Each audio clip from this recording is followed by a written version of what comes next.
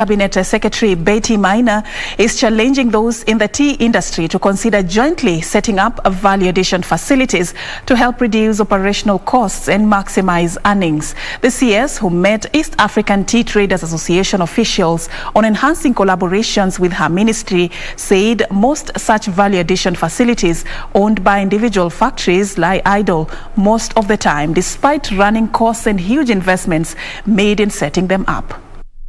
Recent years been complaining about low and reducing earnings.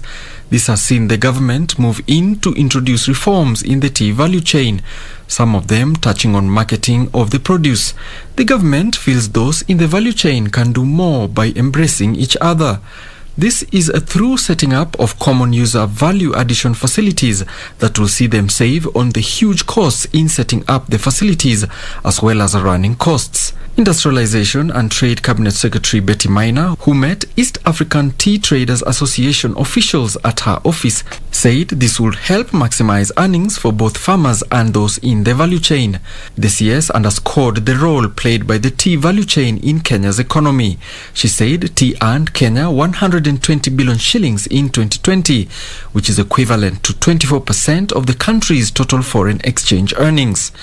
The East African Tea Traders Association officials urged producers to embrace the Mombasa tea auction for selling the produce to take advantage of its proximity to the port of Mombasa, the dollar-dominated nature of transactions with the international buyer, and assured payments within 9 days. Currently, the Mombasa tea auction trades over 450 million kilograms of tea annually, from an average of 650 million kilos produced in 10 countries within the Eastern and Central African region, of which 78% of the quantity is from Kenya. Alan Aoko, Prime Edition.